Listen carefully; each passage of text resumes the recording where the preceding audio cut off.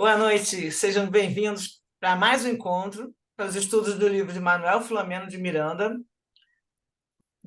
psicografado por Divaldo Franco. Estamos estudando o livro Grilhões Partidos, o segundo livro da série Obsessão. Nós somos um grupo de estudantes da doutrina espírita, estamos aqui para refletir juntos sobre os ensinamentos do livro.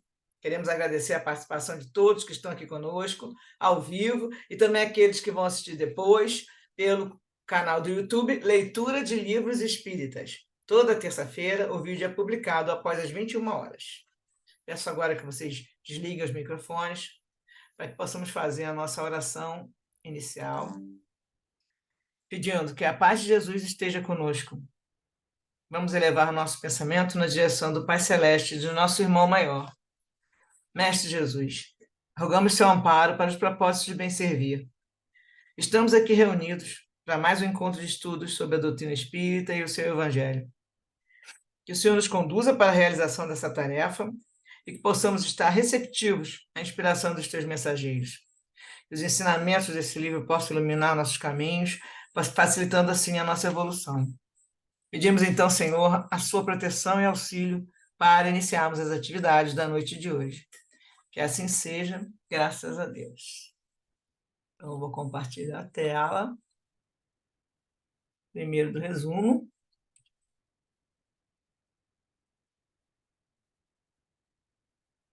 Dá uma agarradinha, sempre dá uma paradinha. Pronto.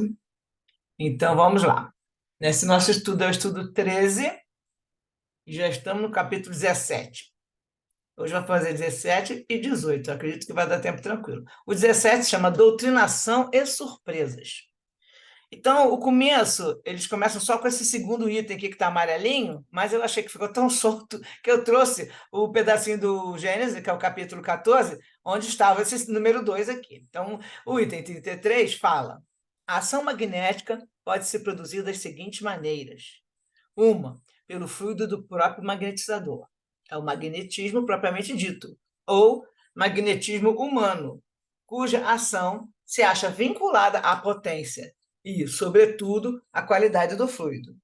O segundo, que era o que estava nesse capítulo, pelo fluido dos espíritos, agindo diretamente e sem intermediário sobre um encarnado, seja para curar, seja para minorar o sofrimento, seja para provocar o sono sonambúlico espontâneo, seja para exercer uma influência física ou moral qualquer sobre o indivíduo. É o magnetismo espiritual, cuja qualidade está diretamente relacionada às qualidades do espírito. E o terceiro, que também estava nesse mesmo item, a ação magnética pode se produzir pelo fluido que os espíritos derramam sobre o magnetizador, que serve de condutor desse fluido. É o magnetismo misto, semi-espiritual, ou, se preferirem, humano-espiritual. Que seria aquele que a gente comenta que é no passe, né? Que a gente, quando faz o passe na casa espírita, que estamos sempre recebendo o fluido do nosso mentor, nosso guia ali, para poder passar para o encarnado que está na nossa frente também. O capítulo começa aqui, então. Cada processo obsessivo, face aos fatores que o motivam, tem características especiais, embora genericamente sejam semelhantes. Há que se levar em conta as resistências morais do paciente, os hábitos salutares ou desregrados a que se submeteu, os títulos de enobrecimento ou vulgaridade que coletou, facultando-lhe recursos atenuantes ou agravantes à condição aflitiva. Normalmente, além dos implicados na demanda, entidades ociosas ou perversas agrupam-se em volta do encarnado em desajuste, complicando-lhe a alienação. Quando se trata de espíritos sequiosos de vingança e possuidores de largos recursos de concentração mental maléfica, fazem-se temidos até mesmo pelos que se lhes assemelham, batendo-os em retirada. Então, aí vocês estão vendo que, mesmo às vezes, tem um espírito que está obsediando a pessoa e ele está ali com tanta maldade que tem os outros espíritos também que são perversos, eles até ficam com medo e saem dali. Ficam com medo daquele que está obsediando a pessoa. No caso aqui, que ele está colocando né, nesse exemplo, né? Na generalidade, porém, o obsesso experimenta a constrição do seu perseguidor e a perturbação dos que lhe são afins ao problema, por sintonia vibratória. Então, também a gente já comentou algumas coisas sobre isso. O que acontece? Na generalidade, a pessoa tem um perseguidor, um vingador, uma pessoa que está com raiva de outras existências, ou dessa mesma, né? E também, além dele, tem sempre alguns outros espíritos que estão na mesma sintonia, sintonia de raiva, de vingança, e ficam ali para poder sugar, né, fazer, puxar os fluidos ali daquele espírito que está sendo, no caso, vampirizado, né? E aí ele está colocando que isso aí é a generalidade, tá?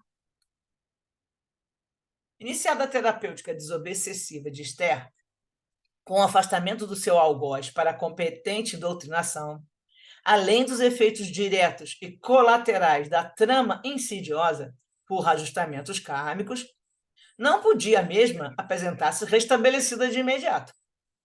Comensais da desordem e viciados desencarnados, que seriam atendidos em momento próprio, prosseguiam assediando. Então, aí agora ele está falando direitinho. Levaram o obsessor, que está com ódio, só que continuaram os comensais, outros desencarnados, viciados, que estão ali sugando a energia dela. E eles falam que depois eles vão ser atendidos, tá? Eles prosseguiam assediando.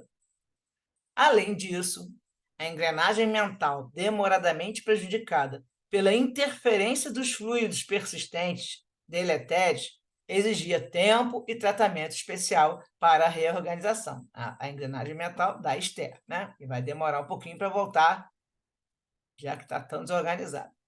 De qualquer forma, poderosa carga de ódio que a molestava diminuía de intensidade, graças à impossibilidade de influenciação mais direta do inimigo desalmado. Porque ele estava lá com o pessoal, né? Estava lá sendo atendido junto com a equipe espiritual, né? Bezerra e a equipe dele. Não se interromperam, porém, completamente os vínculos que os estreitavam no programa regenerador. Então, mesmo à distância, sempre tem ali uma ligação energética, que a gente já falou até em outros capítulos, aí ele reforça aqui agora. Quando o comunicante, que é a entidade lá, despertou da indução hipnótica e da assimilação dos fluidos, incontinente desejou ir ao manicômio para hospedagem psíquica vampirizadora. Então, ele, mesmo, a primeira coisa que ele acordou, quis voltar lá para pegar a Esther. Assistido pelos dois enfermeiros espirituais destacados para o mistério, para ele invisíveis, que ele não está vendo, porque estão no nível, numa sintonia maior, né, mais evoluída, ele foi reconduzido ao sono. De novo, olha o sono aí que a gente comentou, né? Toda hora bota para dormir, então ele faz uma indução hipnótica, colocar ele para dormir de novo, já que ele acordou já querendo ir para lá para poder se juntar lá a Esther. Então foi reconduzido ao sono, através de cuja terapia se reequilibrava emocionalmente. Toda vez que ele dormia, também, junto com os passos, ele estava se tranquilizando, enquanto se aguardava o próximo serviço socorrista. Então, estavam aguardando chegar a hora da reunião. Não se pode amar a Deus sem que se sirva com abnegação ao próximo. Da mesma forma, qualquer incursão para ajudar o perturbado, sem a caridade para com o perturbador, redundaria em profícua, senão perniciosa. Justo atender aos contendores sem preferencialismos, porquanto, enfrentando o mesmo problema, ambos são desditosos, tanto que está obsediado quanto obsessor. E o que aflige, o que aflige é sempre mais desventurado. Aquele que fica afligindo o outro sempre é mais desventurado, em se considerando a ingestão do ódio que o desvaira hoje como inapelável resgate que defrontará amanhã. Então, ele está com ódio hoje, está fazendo tudo errado, e isso ele está semeando para o futuro. Vai ter que resgatar, como eu falo, defrontar amanhã. Piedade, portanto, também para os que infelicitam, perseguem e atormentam. Eles não sabem o que fazem. Aquela célebre frase que Jesus falou: perdoa, Pai, eles não sabem o que fazem. Seguindo a programação para o caso de Esther, os membros que constituíam o grupo especializado reuniram-se no Centro Espírita. Podia-se notar-lhes a satisfação íntima, transparente no semblante de todos, exteriorizando otimismo e confiança nos desígnios superiores. Procedida a leitura de uma página consoladora, E os comentários sobre o texto foi feita a prece de abertura, que dava início ao intercâmbio entre as duas esferas da vida. Como fora providenciado da vez anterior, um enfermo desencarnado foi trazido previamente. E, desde a véspera, quando o médium Joel, em desdobramento pelo sono, foi conduzido àquele recinto, cuidou-se da sua pré-imantação fluídica para o ministério em pauta. Com esse recurso valioso, procedia-se a um cuidado propiciatório a mais amplos e frutíferos resultados. Nós já comentamos que sempre, quando tem uma reunião importante dessa, o médium já vai estar ligado ali na imantação fluídica desde a véspera. A gente aprendeu que é de 24 a tem vezes que 2 dias antes já está ligado. A pessoa começa a se sentir esquisita, alguns sintomas diferentes, porque já está em ligação fluídica para que possa atender em desdobramento, né? Ou se for uma reunião de obsessão mesmo, mediúnica no centro, para ele possa atender aquele espírito que está precisando de ajuda.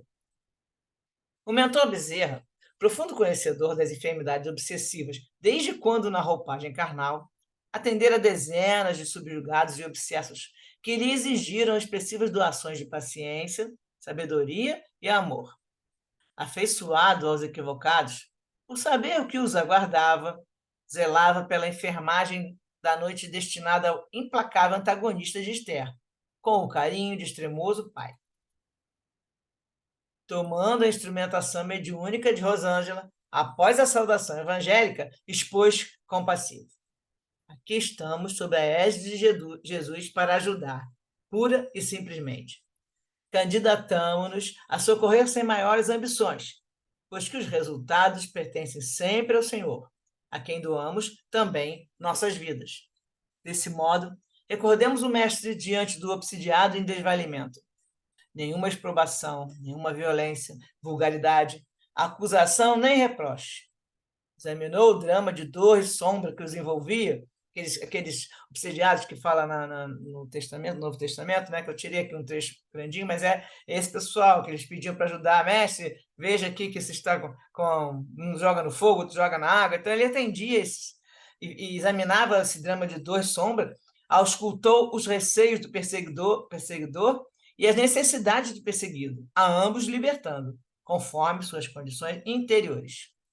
Calmo e íntegro, superior e amoroso, infundiu respeito, concedeu oportunidade liberativa e amparou. Não desvalorizemos as excelentes possibilidades que ele nos coloca ao alcance. Oração, paciência e caridade. Permeando-nos desses poderes, serão dispensáveis a discussão, a agitação, a ofensa humilhante, a dura verdade para dobrar. Ninguém está lutando contra outrem a perseguir a própria vitória. Estamos exercitando vivência cristã fraternal e caridosa para com nós mesmos, através do auxílio ao próximo.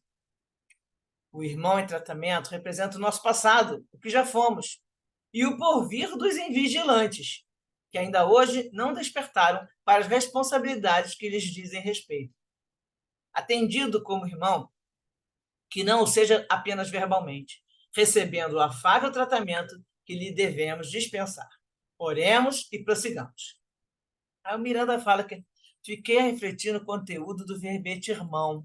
Fácil de enunciar, difícil de, aplicando-o ao próximo, tê-lo em tal condição. Ele fala que no momento ele olha e às vezes não consegue encarar o outro como irmão, né? A gente acaba falando irmão, ô minha irmã, e na casa espírita a gente vai, irmão, seja bem-vindo. E às vezes você não está com aquilo não está saindo de dentro, né?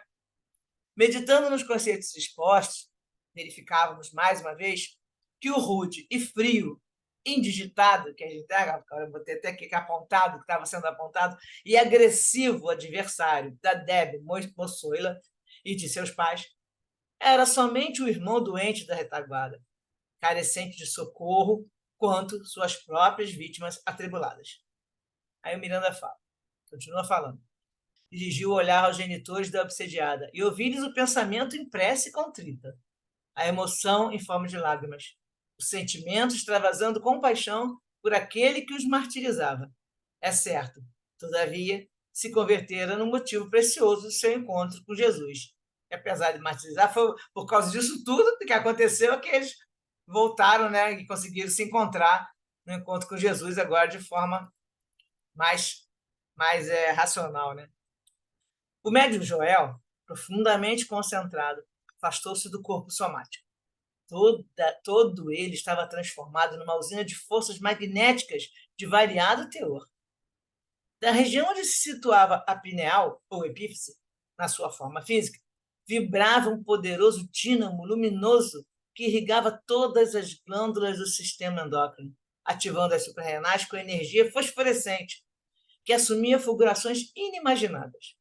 O cérebro transformara-se num fulcro iridescente de fortes tonalidades, enquanto o coração, estimulado, vitalizava todo o sistema circulatório, invadido por fluidos luminosos que eram ativados pelo centro cardíaco em formosa coloração ouro-alaranjada. O caleidoscópio singular oferecia desconhecida beleza aos nossos olhos fascinados. Miranda estava impressionado também, né? Que é um espetáculo de cores lindo. Um instrutor, no caso Bezerra, compreendendo nosso entusiasmo, informou-os. A mediunidade com Jesus é ponte sublime por onde transitam as mais elevadas expressões do pensamento divino entre os homens. Descuidada, porém, converte-se em furna de sombras e males incontáveis. Ao abandono, faz-se ponta de acesso a alienações incontáveis e enfermidades fisiológicas de diagnose difícil. Percepção do espírito, através do perispírito, nas suas tecelagens muito sutis, com as vibrações com que sintoniza, fazendo-se claro sol ou pesada noite nas paisagens da vida. Edificá-la com sacrifício e preservá-la dos ladrões, dos vícios, de toda a ordem que atraem as entidades perniciosas, que a desnaturam e embrutecem, é a obrigação do cristão consciente. Então, aquele médium que está aqui tem que ver que tem que edificar a mediunidade com sacrifício, sim. Joel é um exemplo da dedicação superior, da disciplina pelo trabalho e do estudo consciente do espiritismo e das próprias limitações, condições que o tornam excelente instrumento para o intercâmbio, por despersonalismo, ausência de paixões dissolventes e de presunção. Silenciando, Bezerra aproximou-se da entidade e ajudou-a, inconsciente como se encontrava, no processo psicofônico. Então, foi trazendo ela para a direção para poder incorporar, né?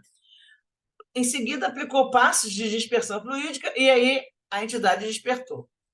Logo que se fez lúcido, o comunicante tentou erguer o médium numa atitude desesperada e, sem dar-se conta do tempo transcorrido, investiu furioso. O que você fez comigo? Eu não sou de dormir, pois o tempo é para mim precioso demais para permitir-me desperdícios desnecessários. Aí, atendido pelo benfeitor, que prosseguia aplicando-lhe recursos próprios para despertar-lhe as lembranças, aguçando-lhe a percepção, subitamente viu o grupo de companheiros encarnados. Sem entender exatamente o que ocorria, ele gritou: Onde estou? Quem são os senhores? O que querem de mim? São mortos ou vivos? E o diretor respondeu sem perturbação. Sobreira agora, né? Estás numa sessão espírita. Como já te expliquei, ninguém morre. Estás sem o corpo, e nós com ele.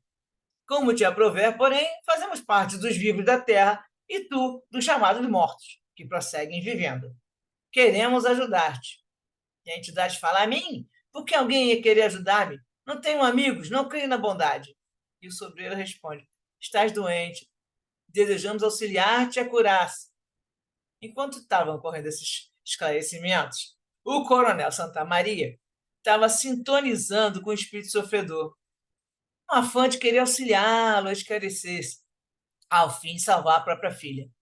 A mente em fixação, que foi fixando, né, nele, alcançou a entidade, que, relanceando o olhar fulgurante de ódio pelo recinto, fixou-o no respeitável militar para logo explodir. Então, pela fixação da mente que o coronel fez para ele, ele na mesma hora alcançou a energia e olhou e achou.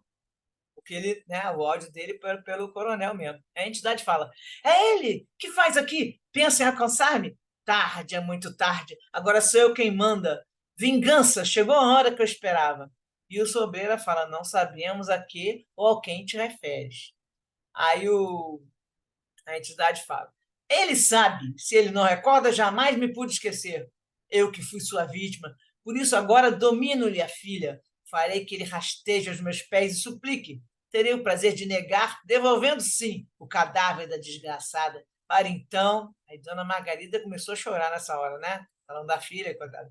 E o coronel, que não obstante o veemente desejo de acertar e sublimar-se, né? Querendo, que ele não queria estar sentindo o que ele estava sentindo, não pudera, compreensivelmente, alcançar a serenidade desejada. Perturbou-se, descontrolando-se intimamente, enquanto o espírito gritava: odeio! Meu Deus, quanto eu odeio esse homem! Envelheceu, mudou um pouco, mas é o meu inimigo feroz. Então, a vibração dele, pestilencial de ódio, expelido em ondas sucessivas de baixo teor, impregnava a sala, tornando-a desagradável. Inspirado, o coronel Sobreira propôs: oremos, mantendo nossa tranquilidade. O doente mais grave exige maiores cuidados, urgentes medidas de socorro, superior assistência. Preservemos-nos amorosos e serenos, buscando a entidade dar uma gargalhada e falar: doente, eu? Você é quem está louco. Odeio aquele homem e ele sabe por quê. Nunca o perdoarei. O mal que a mim e aos meus ele propiciou será cobrado lentamente. A morte seria para ele umas férias agradáveis. Eu lhe considerei o prazer do suplício demorado. Ver ou não ver, sabendo, porém, que a filha morre pouco a pouco em minhas mãos, enquanto lhe instilo ódio. Se quiser fugir pelo suicídio, como eu já lhe sugeri, melhor para o meu programa. Verás, infeliz, como é bom suicidar. E se ficar, dará no mesmo. Pensava que eu morri? Também eu não sabia o que aconteceu. Como demorou até que eu tomasse conhecimento do ocorrido. Agora mudamos de posição. Eu sou segurança, ele entre certeza. Eu trunfo, ele nada. Aí o Sobreira vai continuar falando com ele. Encontras-te equivocado, meu amigo. Se alguém aqui te prejudicou, não fez conscientemente. Ou se cometeu esse grave erro, agora está arrependido e suplica-te perdão. Observa que melhor é perdoar do que rogar perdão. Nosso lema aqui é a caridade, não havendo lugar para revides nem vingança. Ser tu quem ajude, por conheceres de perto o travo do sofrimento. Magoou-te o pai e desforra-te na filha? Onde o equilíbrio? Dás vingança e esqueces da injustiça que perpetras? Dizes-te vítima e veste-te de cobrador? Com qual direito? Nunca ouviste falar, por acaso, em Jesus Cristo, crucificado sem culpa? Assim retribuis o seu sacrifício de amor numa cruz de vergonha e infame que ele enobreceu? Está mais doente do que supunhamos, meu irmão. Ouve, Esther, tua vítima atual, não pertence ao Pai, menos a ti. Todos pertencemos ao Pai Criador. Como responderás à pergunta divina que um dia gritará na tua mente, como na simbologia bíblica? Caim, que fizeste do teu irmão. Para onde fugirás? E aí a entidade fala: eu odeio, é tudo que eu posso dizer. E o Sobreira fala: entretanto, isso não te justificará ante o tribunal divino, que impõe a justiça. Pelo contrário, mais agravará a tua infeliz situação. Nossos erros são nossos cobradores. Mesmo quando esquecemos, não os destruímos. Eles reaparecem no momento próprio. Acerena-te, confia em Jesus. Responde: me conhece Jesus? Aí ele diz que sim, cheguei até a amá-lo na minha infância. Agora, porém, é tarde. Aí o Sobreira fala: ninguém o ama e depois o abandona. A pessoa afasta-se dele, enquanto ele porfia esperando. Chama por ele, reconcilia-te com teu irmão, que supões adversário, e recupera-te. E aí o outro fala: não posso, não deixarei a filha a fim de martirizar o pai.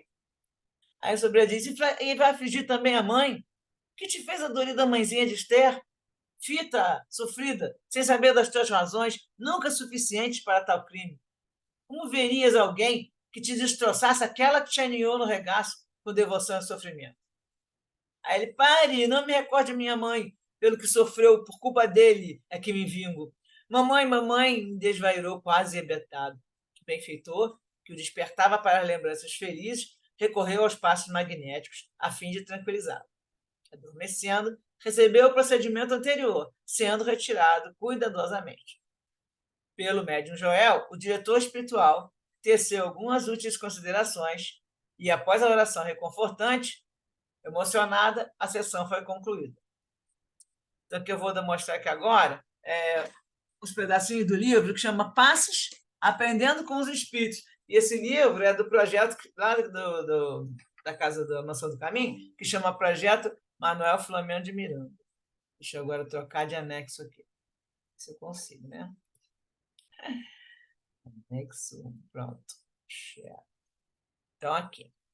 Deixa eu ver se vai dar para vocês enxergarem. Vou aumentar um pouquinho. Anexar. Não conseguindo aumentar muito não, que aí não deixa. Não sei se vocês estão conseguindo ver. Bom, eu vou ler qualquer coisa, depois você escutem lá o áudio. Bom, está aqui, aí estão os exemplos sobre passe, né,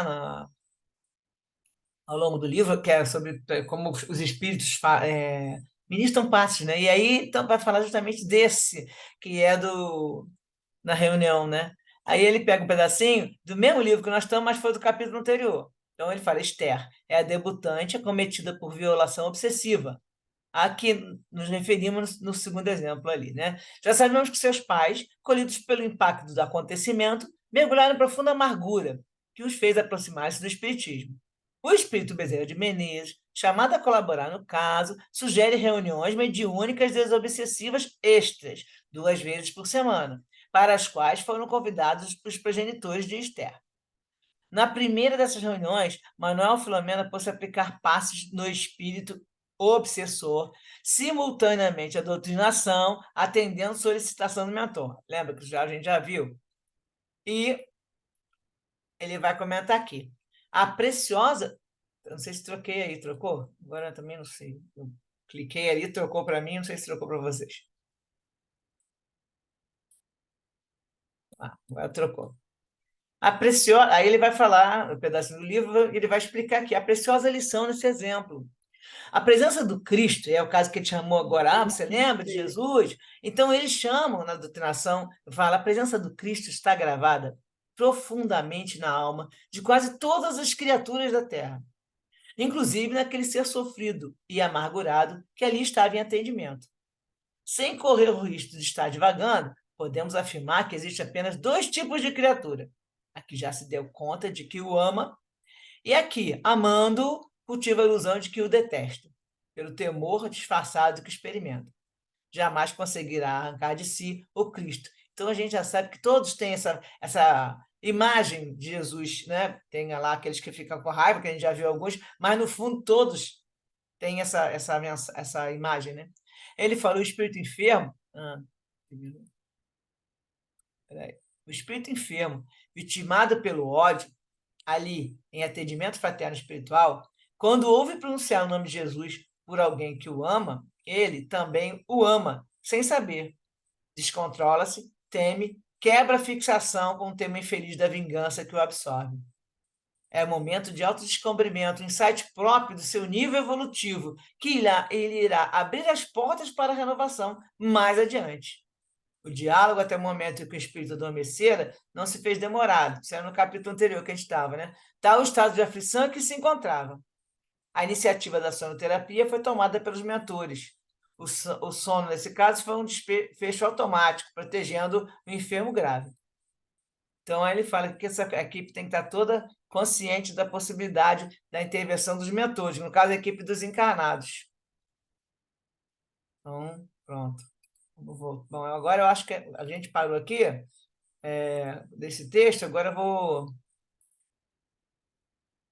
Deixa eu ver aqui.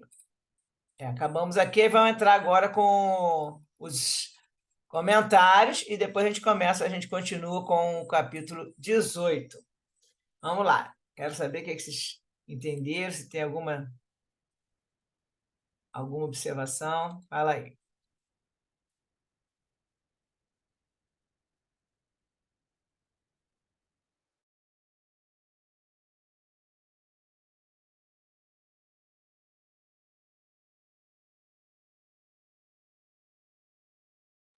Fala aí, gente. O que vocês acharam? Sultânia, Vale.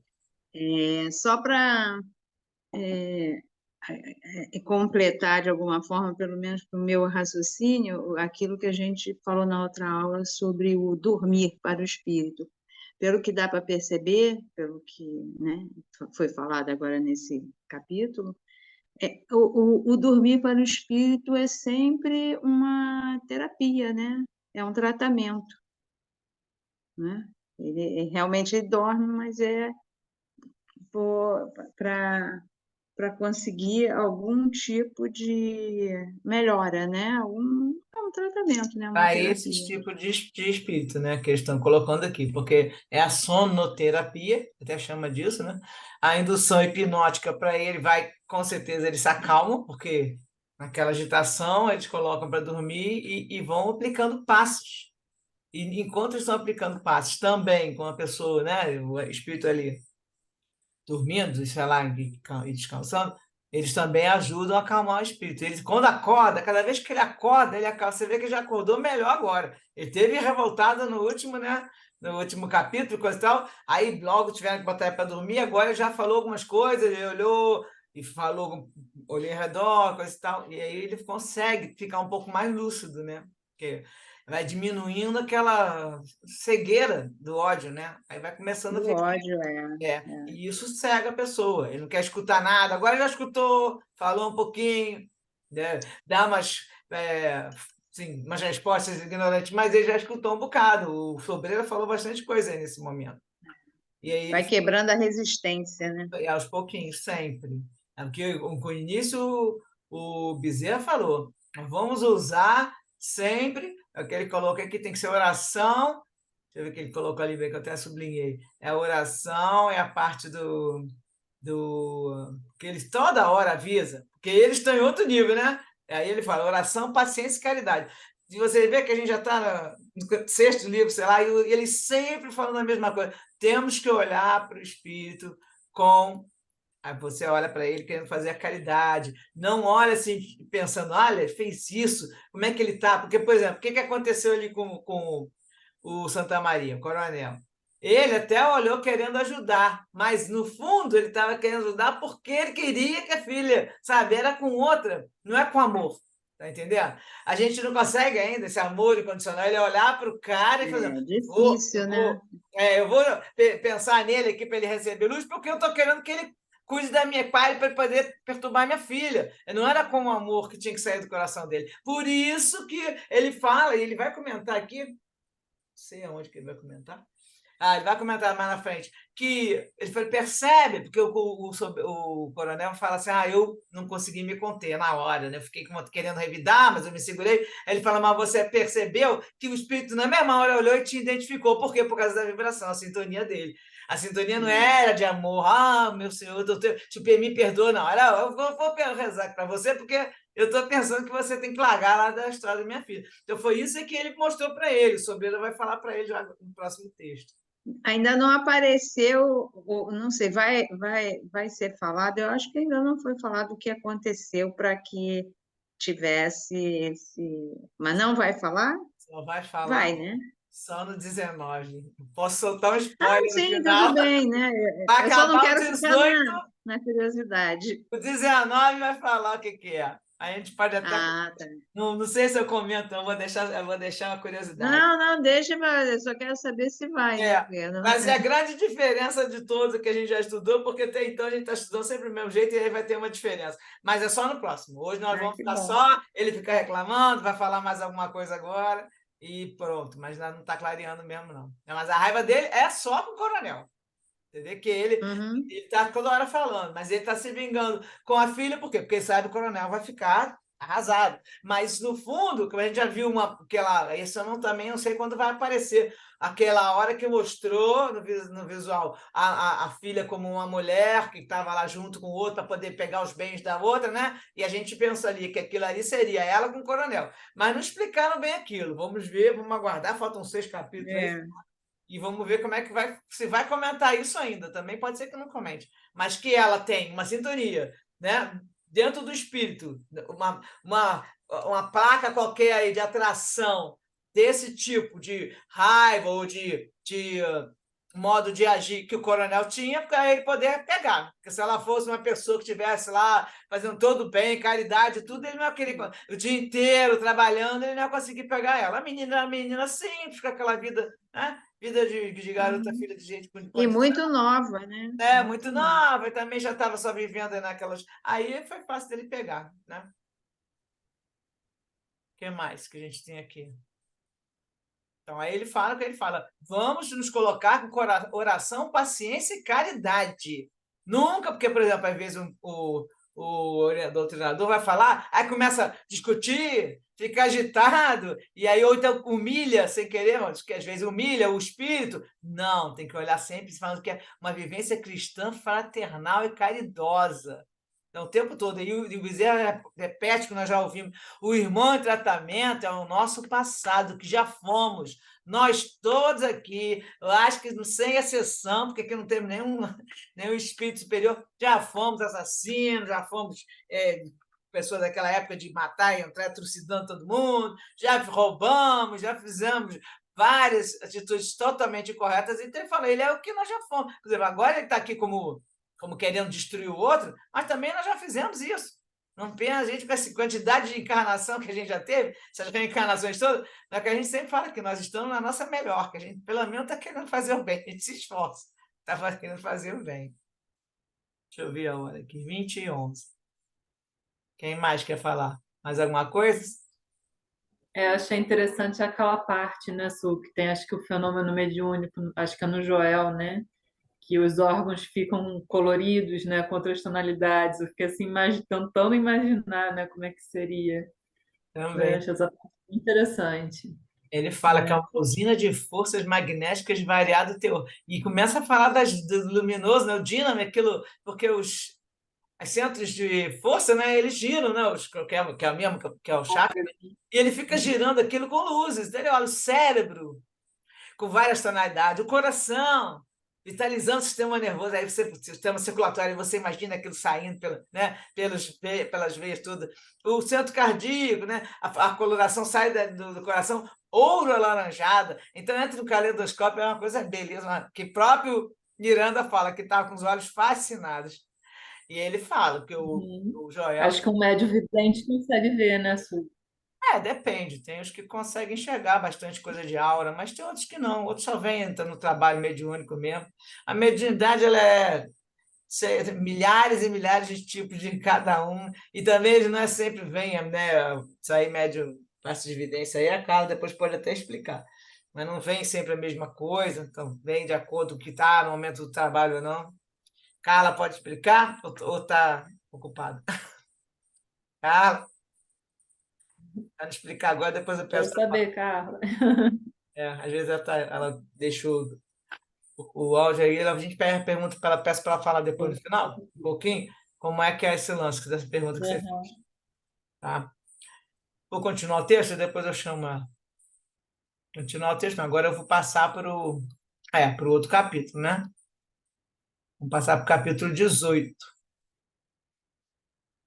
É que os capítulos, eles têm pouco conteúdo, né? Não, quando tem muito, a gente trabalha, mas quando tem pouco, a gente consegue seguir, conta a historinha, vai falando, diálogo, né?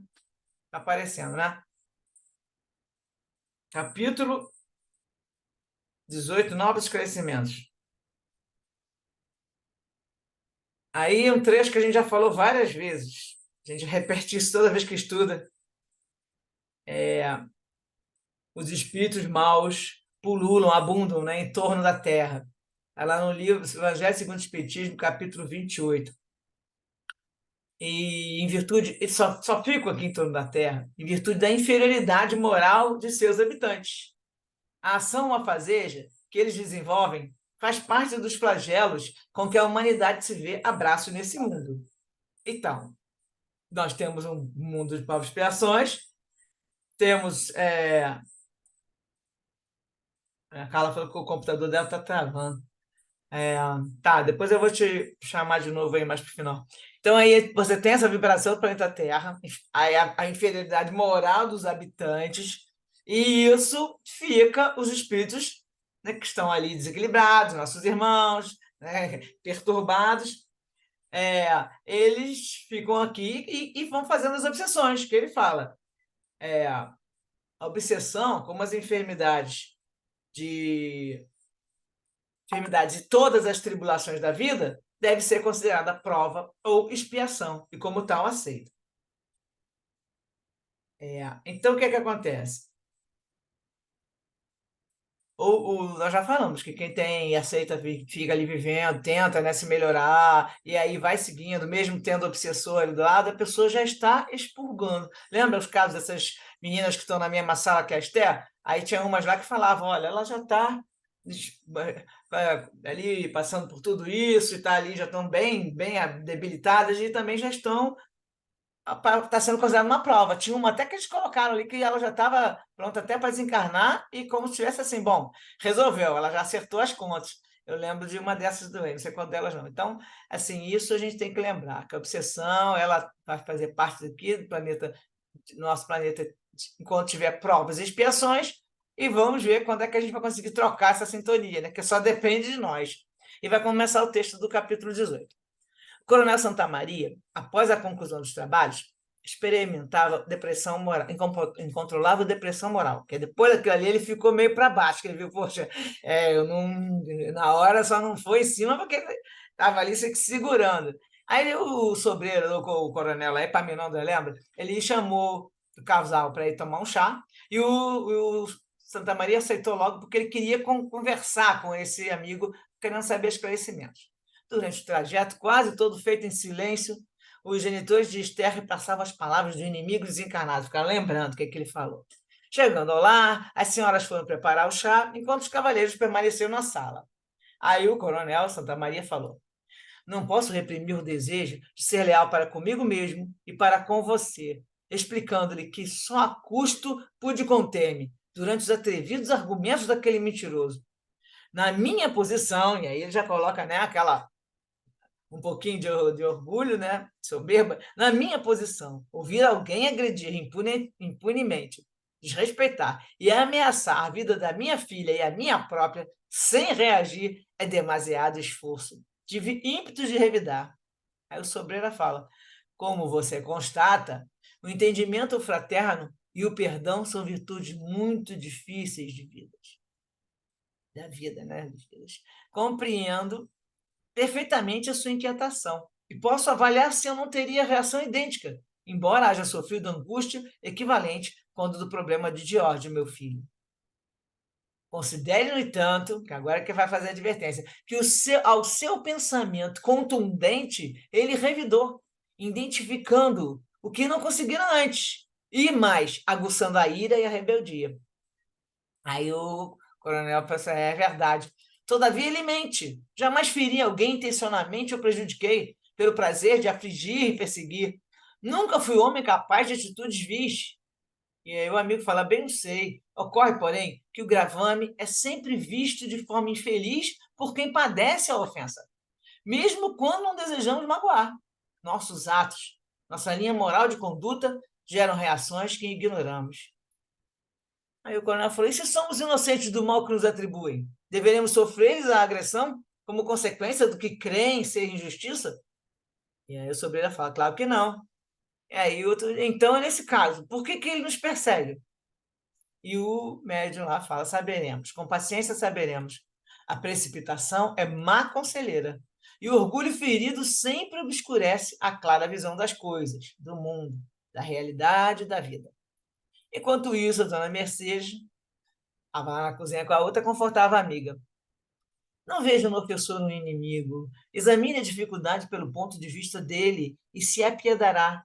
Certamente, perturbado como está, não tem o conhecimento correto das coisas. Experimenta, portanto, terrível distúrbio da mente e do sentimento. Aí a Margarida fala, porém odiento. Como destila veneno? Quantas ameaças e calúnias? Minha Mercedes fala, reserve-se serenidade, minha amiga. As coisas não são como parecem. Cada um conclui e age conforme melhor lhe apraz. Considere, ao invés de doar-lhe a piedade que nos merece, você está magoada, vibrando mentalmente contra ele, em razão de ser-lhe vítima. Se, todavia, houver sido ele ferido anteriormente, não pelo que diz, mas por motivos que ele próprio ignora. Então, assim, e se ele que foi, né? Porque ele está falando ali, realmente aconteceu alguma coisa, né? E ele foi ferido antes. Aí ela bota bem, bem sério para lá, a atitude tomada está errada.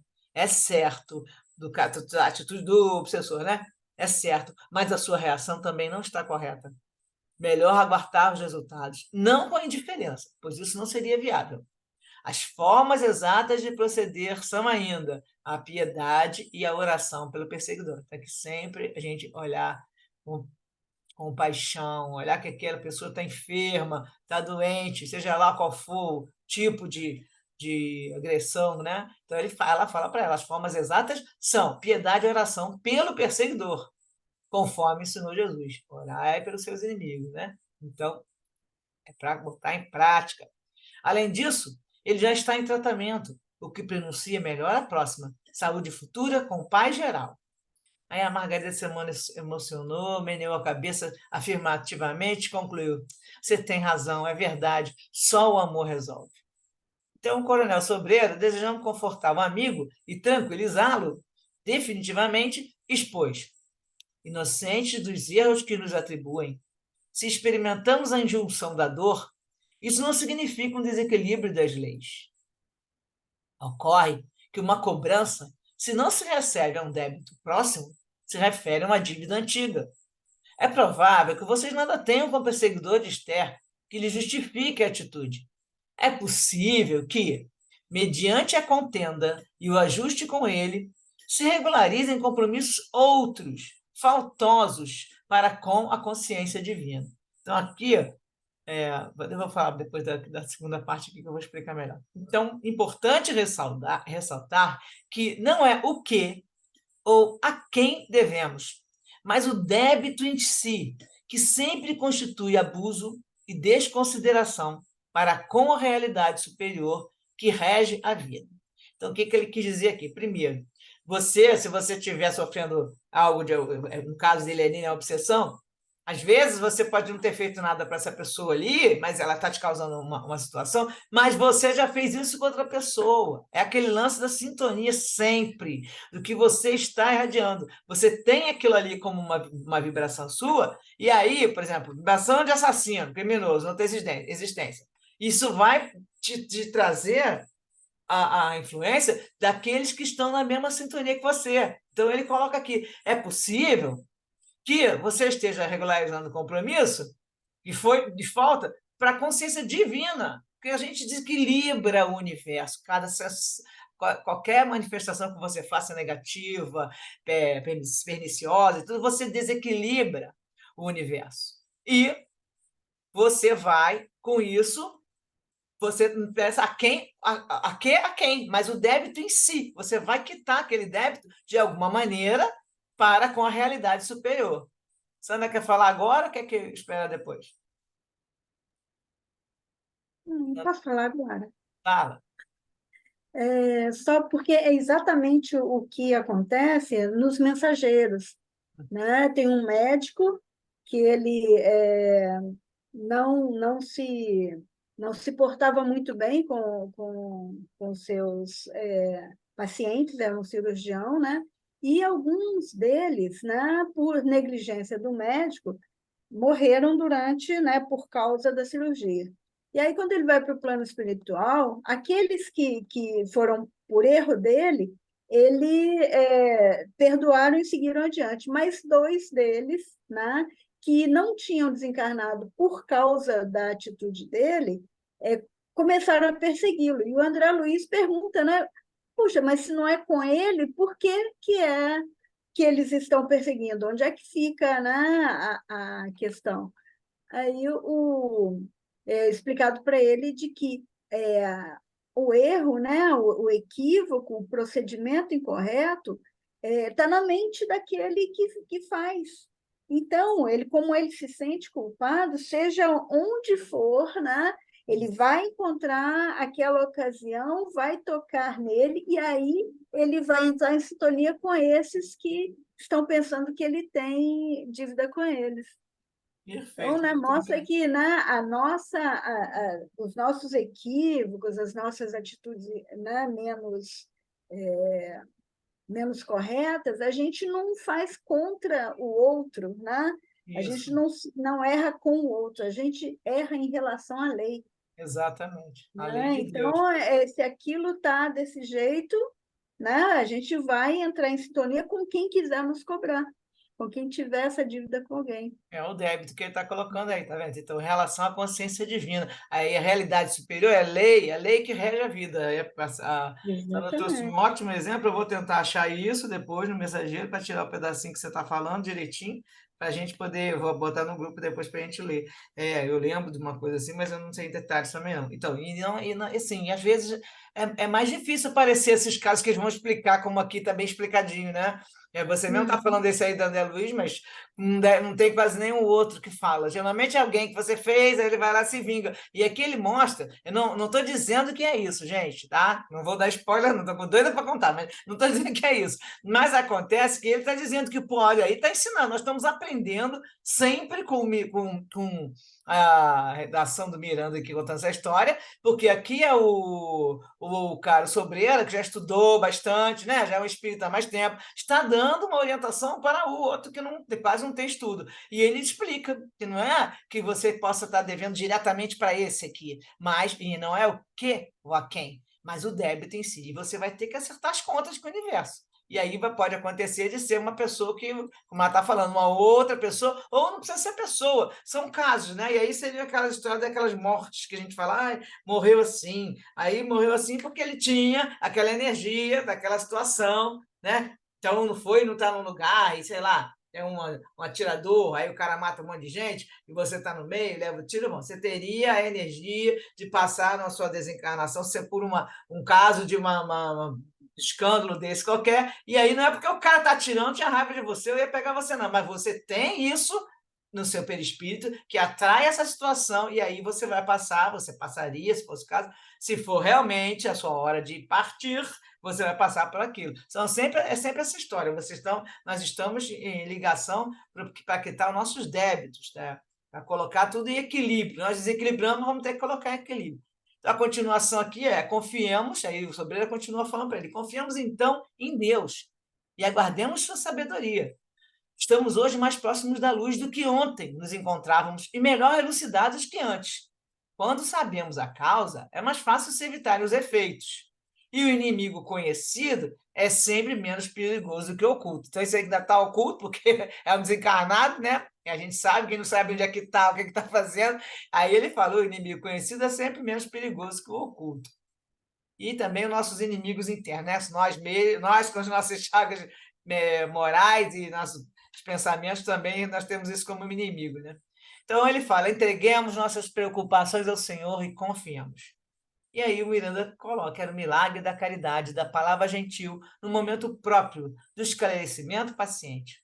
Oportuno elucidar que o amorável Bezerra e nós outros, ele, o grupo dele, ele está com outros dois, que no próximo capítulo vai aparecer o nome, que são aqueles antigos, eu esqueci o nome agora, tem os dois que estão acompanhando ele, falei os outros, acompanhamos os dois casais a seus domicílios.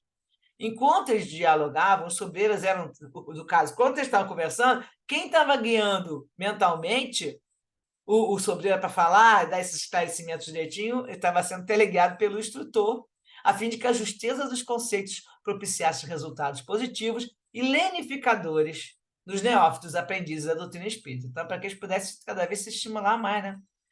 O verbo edificante é combustível divino que gera renovação e força, plasmando construções superiores nos painéis mentais a materializar-se no mundo objetivo como realizações eficientes. Então, sempre que você vai falando, né, eu falo edificante aqui, né, e sempre colocando essas elucidações, ele fala que isso vai dar um objetivo, o objetivo vai ser sempre mais uma realização eficiente.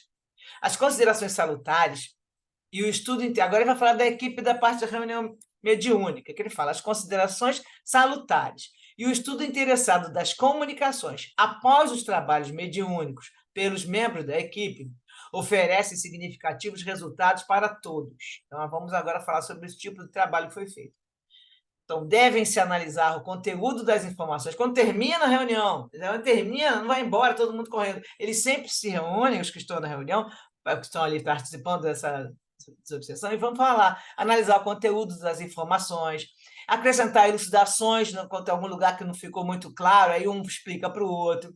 Conversar objetivando-se maior soma de benefícios para tudo, para o trabalho. Os médios e os doutrinadores são convidados a apresentar suas impressões, quais as emoções experimentadas, que visem maior benefício para melhora de técnica, aprendizagem e correções necessárias. Às vezes a pessoa fala uma coisa, aí o outro já viu que não é isso aí naquela hora, você, né, que sem querer a pessoa comenta que ninguém ali é perfeito e sempre pode sair uma coisa, uma correção que aí, olha, eu podia ter falado assim com o espírito. Então, naquele momento, eles mesmo conversam e vão se acertando para melhorar a técnica, né? Contando, aí ele continua falando, isso aqui já é o Miranda que está falando. Contando com a presença dos benfeitores no recinto, o intercâmbio intuitivo para o aprimoramento de todos possibilitará excelente contribuição, que enriquecerá de experiências a equipe interessada, que mais sensível se fará ao controle dos espíritos superiores. Quanto mais conectado, mais os espíritos podem conversar com eles e intuir, inspirar. No sentido oposto, aí, na hora que, ao contrário, se for uma conversação vulgar, terminou a reunião, começa a falar de outra coisa que nada a ver, um comentário ácido, os comentários fraternos, que a gente fala, né? Que espírita não faz fofoca, faz comentário fraterno. E os apontamentos relevantes que perturbam a psicosfera em que se demoram por algum tempo as entidades em tratamento. Então, aquela psicosfera já foi modificada um pouquinho, né? Que eles vão jogando aquela irradiando aquele pestilência, que ele fala pestilencial e tudo. E aí, isso que acontece? Se começar a ter essa energia dos médios que estão ali, falando besteira e apontamentos que perturbam isso, eles vão permitir a quebra das defesas especiais e a invasão dos espíritos infelizes, a cuja convivência mental os membros do grupo se acostumaram. Então, eles ficam, né, estão sempre sintonizando e aí vai ficar imantado com eles também, prosseguindo as inditosas obsessões de que não se deseja libertar. O término de qualquer ofício de desobsessão na esfera física, de maneira alguma, encerra os serviços de socorro e enfermagem espiritual. Se a gente fala sempre aqui, né, que Miranda traz sempre isso. Terminou a reunião, não acabou, eles continuam ali trabalhando, vão lá, pegam os espíritos que estão sendo tratados, levam, arrumam.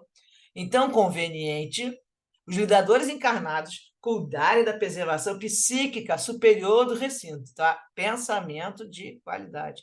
Quanto da sua própria, né? Do recinto do seu próprio pensamento ali para irradiar boas energias, demorando-se em reflexões e conotações sadias, aplicando em si mesmo as lições ouvidas. Aí agora vai continuar contando.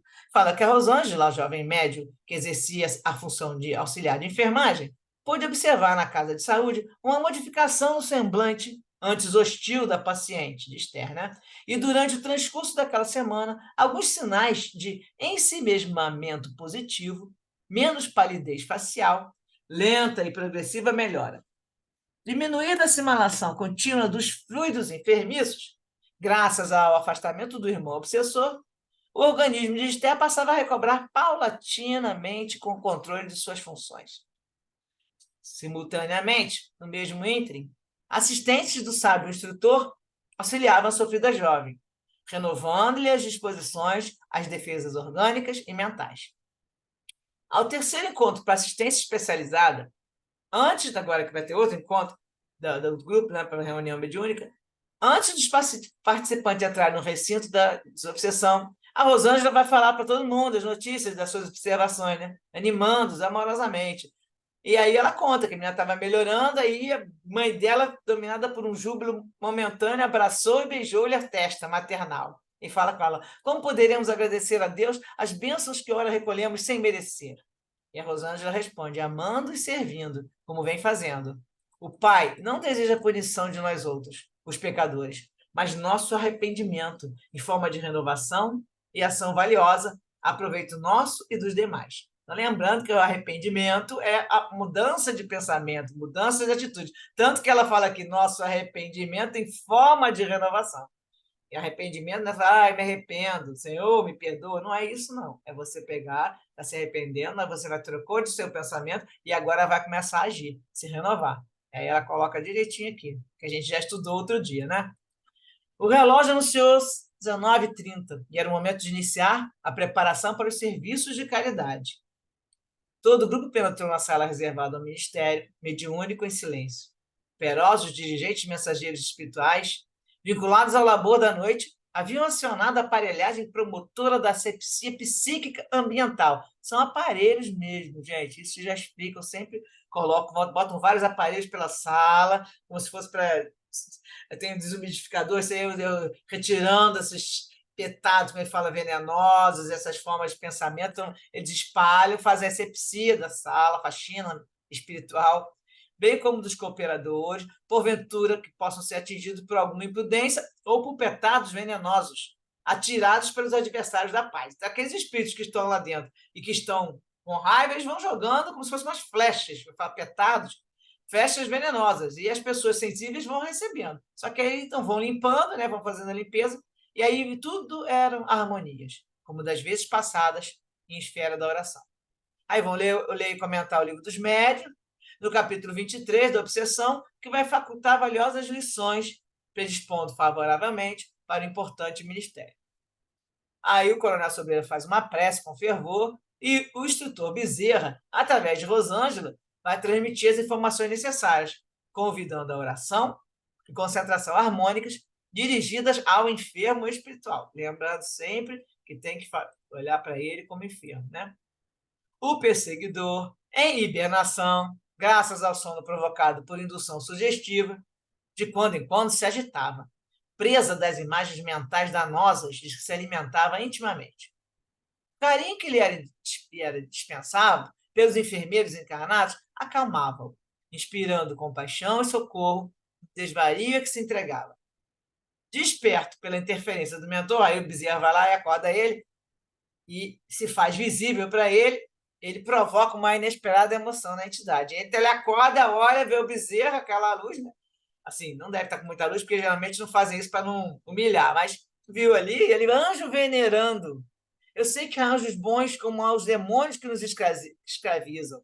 Aí ele faz agora uma observação.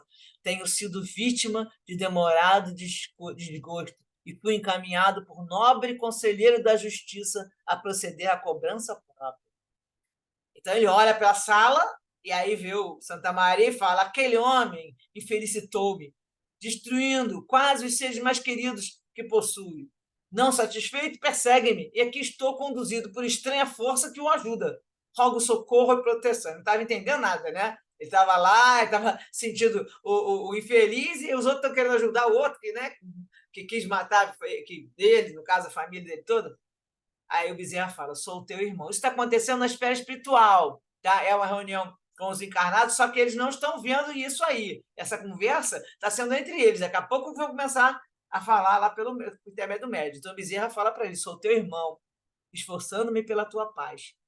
Como te utiliza de Esther para afligi-la, aqui te trouxemos para que te comuniques com o adversário e este se reabilite contigo, recorrendo a outro médium, nosso irmão Joel, por cujos condutos entretivesses os diálogos passados. Aí a entidade já está tão assim que ela olha para o Bezerra e fala: conheces o meu drama? E o Bezerra fala: sim, estou a par do engano doloroso que os unge uns aos outros, em arremetidas de insensatez e loucura. O mal é sempre pior para quem o cultiva. É o caso dele, né? O teu conselheiro, que ele falou lá em cima, equivocou-se, conduzindo-te a grave erro. Falaremos sobre isso depois. Agora, ouve o que tenho a dizer-te e fala. Apresenta o teu problema na condição de quem espera reparação e não como quem sucumbiu irremediavelmente. Não és mau, ignorando a verdade, enfermaste. Não te é lícito prosseguir na corrida desenfreada para a desdita pessoal. Para e refreia o desequilíbrio. É tempo. Vem. Envolve o companheiro que te espera. Ele está chamando para ele chegar perto do médium, né? Vê. Aguarda-te ele com amor. Então, ele está mostrando que o Joel estava ali em oração, aguardando para dar amor para ele. Absorve-lhe as energias agradáveis. Fala. Então, observar. E o Miranda fala: observamos que o inditoso vigador, atraído pelo magnetismo do guia, dulcificado por primeira vez, acercou-se do médium em profundo transe inconsciente e, envolvido pela aura e fluidos que se exteriorizavam no sensitivo, incorporou. Então, à medida que esses espíritos, a gente sempre fala que isso é um choque, né? Que eles encostam no nosso espírito e na carne, que no caso eles falam que é um choque anímico, e ele já melhora ali, ele recebe uma carga energética. E quando é do bem, né? Que esse aí o Joel está ali irradiando bem, ele já se melhora cada vez mais. Aí o Miranda pensa assim, aí ficou com aquela frase na cabeça, né? Que a gente falou: quem seria o conselheiro da justiça a que se reportar o sofredor? Aí ele falou querendo interrogar o Bezerra, mas ele viu que o momento não era propício, ficou calado. Observei que os cooperadores encarnados em recolhimento pressentiam a magnitude daquele momento. Pairavam expectativas felizes e uma aragem suave perpetrava-os agradável balsâmica. O círculo em oração mantinha os elos de concentração em perfeita identidade, ligando-se uns aos outros por delicados filamentos luminosos, cujo teor vibratório atestava a potência mental e moral de cada um. Então, você vê que a equipe está bem coesa, ali, todos com bastante autoridade moral, né? E o médio doutrinador, que é o Sobreira, auxiliado pela inspiração do diretor espiritual, que é o Bezerra, em admirável fenômeno de clarividência, passou a registrar a cena que se desdobrava além da esfera física. Aí ele começou a enxergar o que estava acontecendo, perfeitamente sintonizado com o labor que realizávamos, teve aguçados os sentidos, adquirindo consciência correta do abençoado esforço para o diálogo iluminativo. Então, ele percebeu que estava querendo a entidade falasse. E aí o Bezerra vai e fala com ele, né? Escutou na mente, ajuda-o com o teu amor. Aí ele necessita mais amor do que palavras. Aí o Sobreira fala, seja bem-vindo, meu irmão. Aí o visitante, com hesitação e brevidade, ele responde, sou infeliz. Termina o capítulo no suspense para a próxima semana, que a gente vai saber o que realmente aconteceu. Aí, finalmente, nós vamos descobrir. A referência tem aqui no livro anterior que nós estudamos. Vamos agora dar uma lembradinha. Quem pode ser esse pessoal aí que ele falou que está o orientador dele, o conselheiro, né? Lembra que o doutor Theophrastos falou que ele fazia parte do grupo dos 12. Somos 12 mentes dominadoras. Nos encontramos submetidos a uma equipe de 10 magistrados que habitam regiões infernais, são os vingadores infernais, onde os mínimos desvios da justiça recebem longas punições. Então, ele, que era um dos 12, ele sempre fazia com que os outros ensinassem a pessoa a se vingar. Ele ensinava e tinha um monte daqueles, parece até aqueles desenhos, aqueles filmes de vilão e de super-herói, tem sempre aquele monte de bobo que fica seguindo atrás do vilão, então ele tinha esses que ele fazia com que eles chamassem as pessoas para ir lá para aquele local que ele tinha, né, para aquele anfiteatro, e ensinar a se vingar. Tanto que ele acabou ensinando uma pessoa, o Dr. Otelo, ensinou um cara para se vingar da mulher que ele amava, né? E depois ele foi descobrir isso.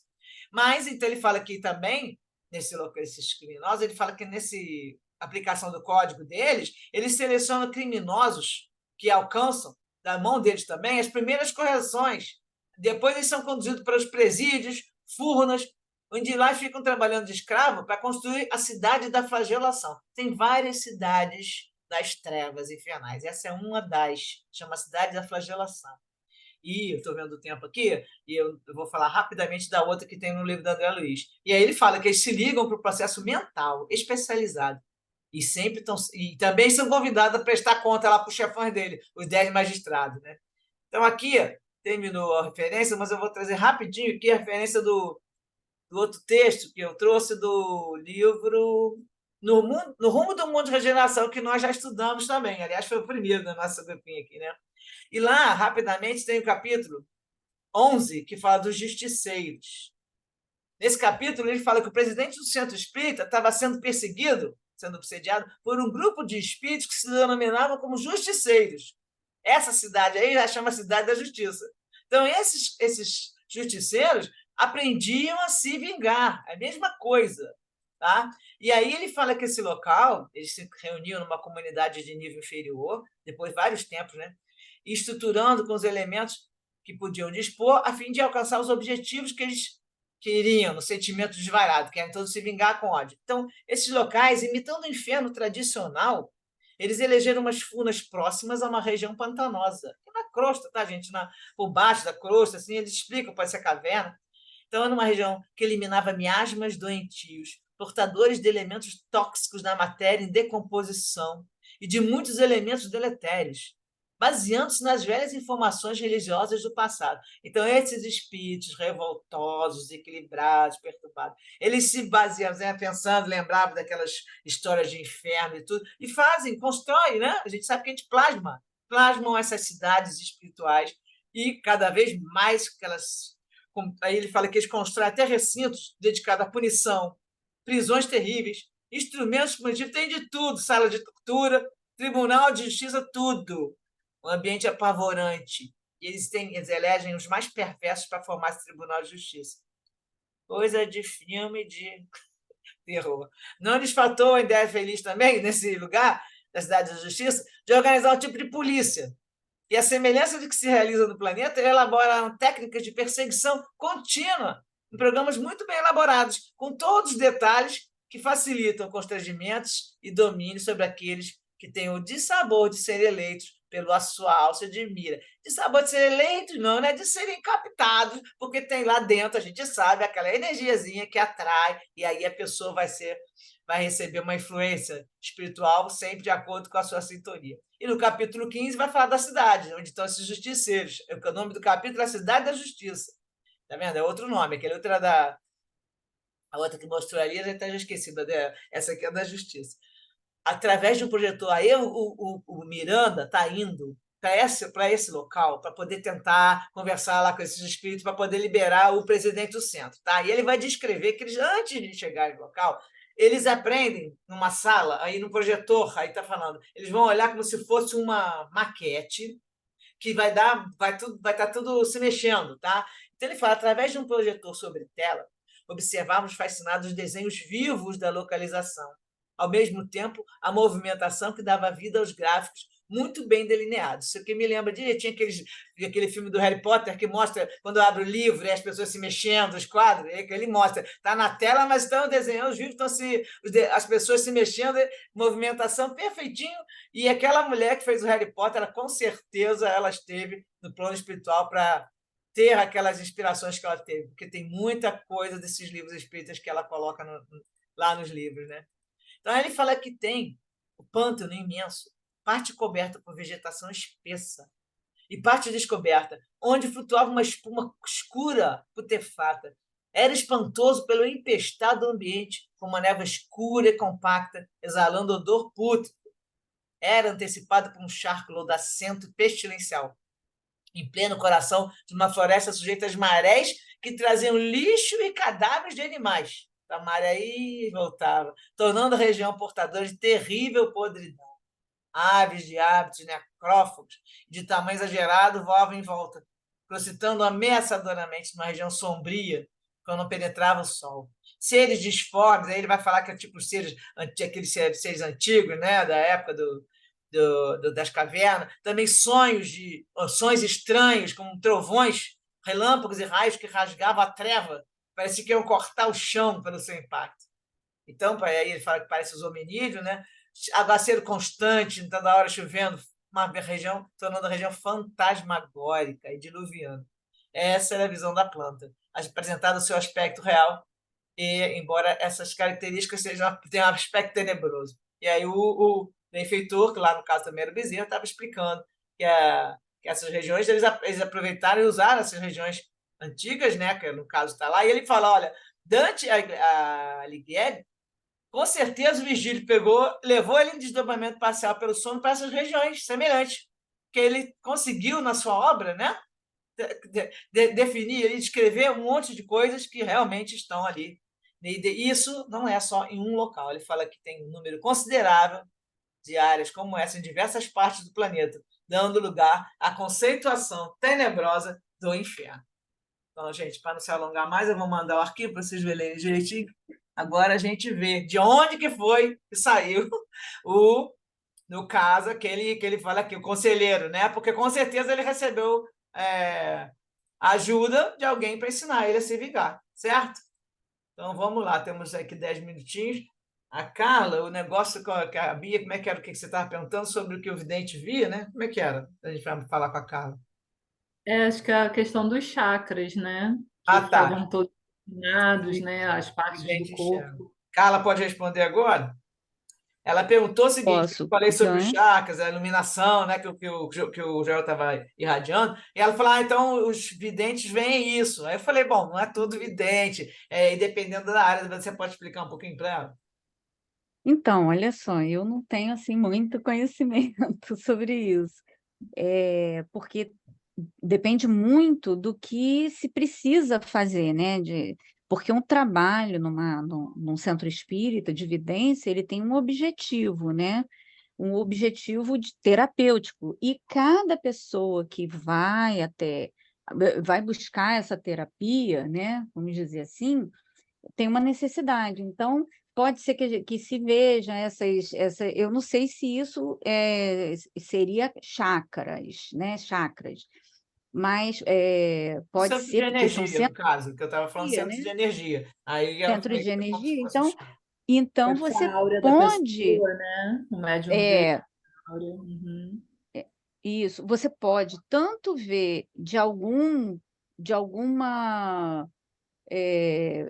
parte específica, de um órgão específico do seu corpo, como pode ver no geral.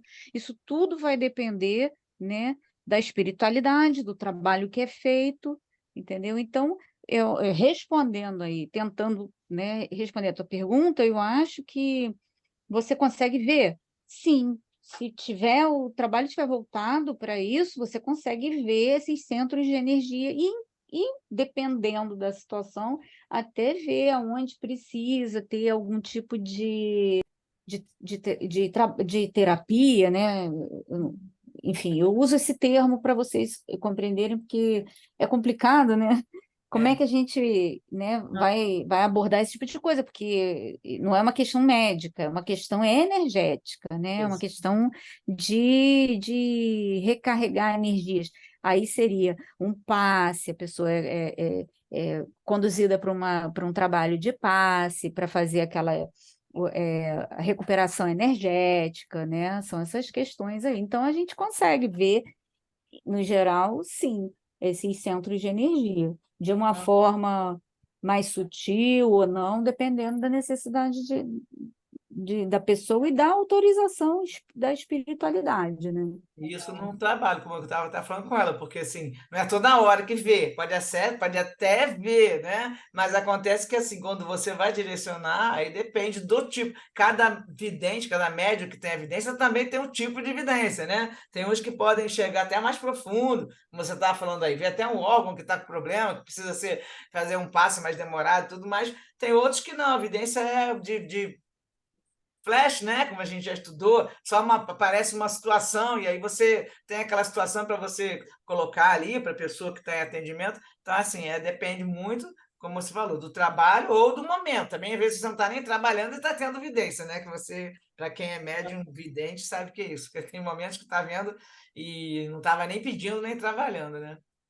Então, aqui Uhum. agora a A gente vai. mediunidade é isso, né? Aí você vai trabalhar para que ela seja direcionada para um fim útil, né? Mas ela se manifesta porque ela está ali latente, né? Então ela vai se manifestar e se você tiver interesse em buscar saber o que significa e por que isso está acontecendo com você, e se você tiver realmente interesse em resolver, né, ou desenvolvimento ou estudo, enfim, você vai conduzir essa mediunidade para a finalidade que, com certeza, é a finalidade espiritual para você, né?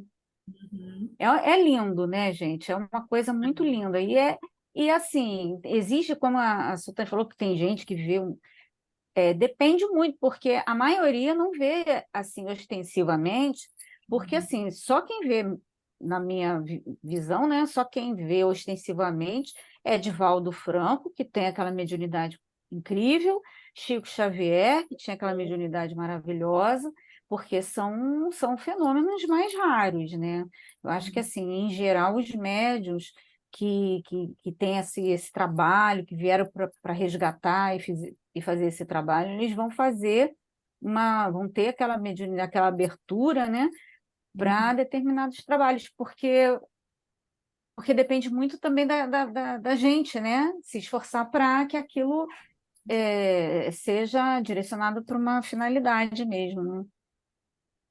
É isso E aí. não para ganhar dinheiro como muita gente faz, né? Certo. Usa desses fenômenos para ganhar dinheiro. Conhecia e conheço médiuns incríveis que vendem a sua mediunidade, né? Assim, trabalhos maravilhosos, mas estão ali usando a mediunidade como comércio. Infelizmente, é muito triste de ver, mas cada pessoa tem o seu livre-arbítrio, né? É. Pois é. E eu ia até fazer um comentário aqui, Sultane, Faz do aí. estudo, né? Da questão do arrependimento, da expiação e reparação, né? Que a gente precisa, né, passar, porque a partir do momento que você se arrepende, porque isso é uma coisa a se que é esclarecida pelo Espiritismo, que é interessante, que não basta você só se arrepender, porque, e inclusive isso é uma lei natural. Você naturalmente vai passar do arrependimento para a expiação e aí a reparação vai da sua da sua boa vontade nessas questões, mas você vai necessariamente pela lei divina, você vai passar pela expiação a partir do momento que você tem consciência do mal que você provocou, né? Então, não é simplesmente se arrependeu, pronto, estou perdoado, acabou, vira as costas, vai embora. Não. E a Por gente mais que as pessoas achem, né? Tem O muita gente que se arrependeu é equivoca. diferente, né? Eu não sei se você estava naquele É, estudou. Arrependeu não é me arrependo, vou trocar de modo de pensar, e aí isso é que é é, a palavra arrependimento, inclusive, quando a gente trouxe aqui o estudo, eu trouxe a palavra, a origem dela, e ela não significa que você vai, vou me arrepender, significa que muda o é. pensamento. Então, para você arrepender, você tem que mudar o pensamento. E aí, mudando o pensamento, você não vai fazer de novo. Porque se você falar só que está arrependido, às vezes volta e faz de novo. Essa palavra Não, com certeza. arrependimento, para a gente tem um sentido que ela não é na origem, entendeu? Que a gente já falou. É. Aquela frase Mas, que fala para mas criança, tem né? Só desculpa não resolve. isso. É, Mas tem muita gente que se equivoca com isso. Até se arrepende, sim. Quer mudar, sim. Mas não muda. tem que percorrer aquele caminho. E Uhum. esse caminho, muitas vezes, a pessoa fala é castigo de Deus, e quando, na verdade, não é. A consequência dos seus atos. A gente está sujeito à lei de causa e efeito. Então, se você faz algo de mal, você se arrependeu, beleza, já começou o processo, mas você vai ter que passar pelas outras etapas desse processo, que seria a expiação, e com a consciência disso, da grandiosidade desse aprendizado, a reparação, que é E a muito difícil as expiação é a pessoas dor moral, né? conseguirem. Você vai ficar ali, se sentir sem remorso, sem nada, não é isso, você vai ter a sua dor moral É, sofrer, a e aí culpa você, que aquilo já é uma expiação, e depois você vai se mobilizar para reparar. Podendo reparar nessa existência, se não tiver como, a gente lembra que o amor cobre a multidão de pecados. Então, eu não posso reparar sim, uma situação que eu fiz com uma coisa, com uma pessoa que eu não tenho mais acesso. Então, eu vou lá e dedico. É a mesma coisa da história agora com o cara ali, vendo que ele fez um débito. Agora, então, se eu tenho um débito, eu vou reparar com quem? Se eu não posso reparar com aquela pessoa ou com aquela situação, eu vou reparar me doando para outros, né? Vou lá trabalhar de voluntário num local, me doar meu tempo, doar meu amor, meu carinho. Aí eu consigo reequilibrar, porque a minha energia agora está sendo direcionada com amor para um grupo, mas que vai espalhar para o universo. E aí, no momento que eu já desequilibrei o universo de alguma coisa que eu fiz, eu tentando, né, e me esforçando para agora acertar aquela energia do universo com esse amor que vai cobrir, entre aspas, né, a multidão dos meus pecados. Então, eu vou tentar reequilibrar a balança. É assim que funciona. Você não precisa fazer uma coisa exatamente daquela coisa que você errou. Você vai fazer o máximo que você pode para o bem, para o próximo servir. E aí você reequilibra a balança e aí você fica de novo kit com a lei, né? E já são quase Obrigada, Carla. tá na hora, exatamente, cara. Peraí que eu nada. tô sem A tua câmera explicação aqui. aproveita e já termina fazendo oração, já são 9 horas quase. Então tá, então tá.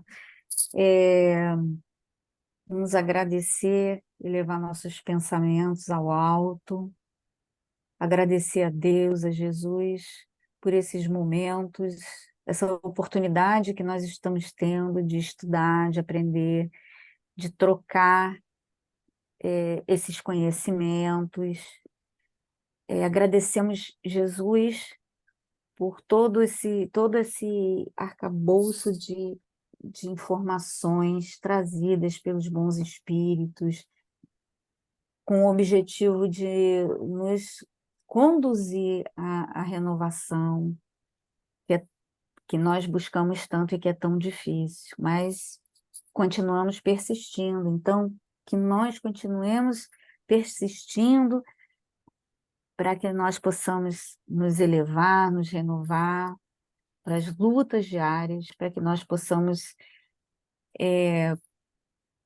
acumular na nossa mochila só o que é bom para levarmos de volta quando nós voltarmos para a pátria espiritual. Que assim seja, graças a Deus. Muito obrigada, Jesus. Graças a Deus. Então, gente, terça-feira que vem, eu acho que vai ser o nosso dia hoje. Hoje é 14. Então, terça que vem, dia 19, nós vamos terminar o ano com dia 19, e aí depois a gente volta em janeiro, tá? As férias aqui não vai ter, só vai ter umas férias quando eu estiver aqui com a casa cheia, final de janeiro, e começo de fevereiro, carnaval, mas nós vamos tocar aqui, ó, só mais uma semana, dia 19 de dezembro, e depois a gente volta em janeiro, aí a gente vê se a gente volta na primeira terça, por mim pode voltar na primeira terça, dia 3, tá? Não, dia 3 não, que eu tô com 23. Na primeira terça-feira, mas daí a gente combina, vai ser dia 8, porque a primeira, então dia 2 fica ruim, né? Vamos voltar no dia 9, tá bom? Então, assim, semana que vem estamos juntos novamente, tá? Então, deixa eu tirar um negócio. Boa noite para vocês, beijo para todos. Boa noite, gente. Até Boa semana noite, que vem. gente. Boa noite, Boa noite, gente. Desculpa ter entrado atrasada. Nada. Uma boa noite a todos. Boa noite, tchau. Boa noite.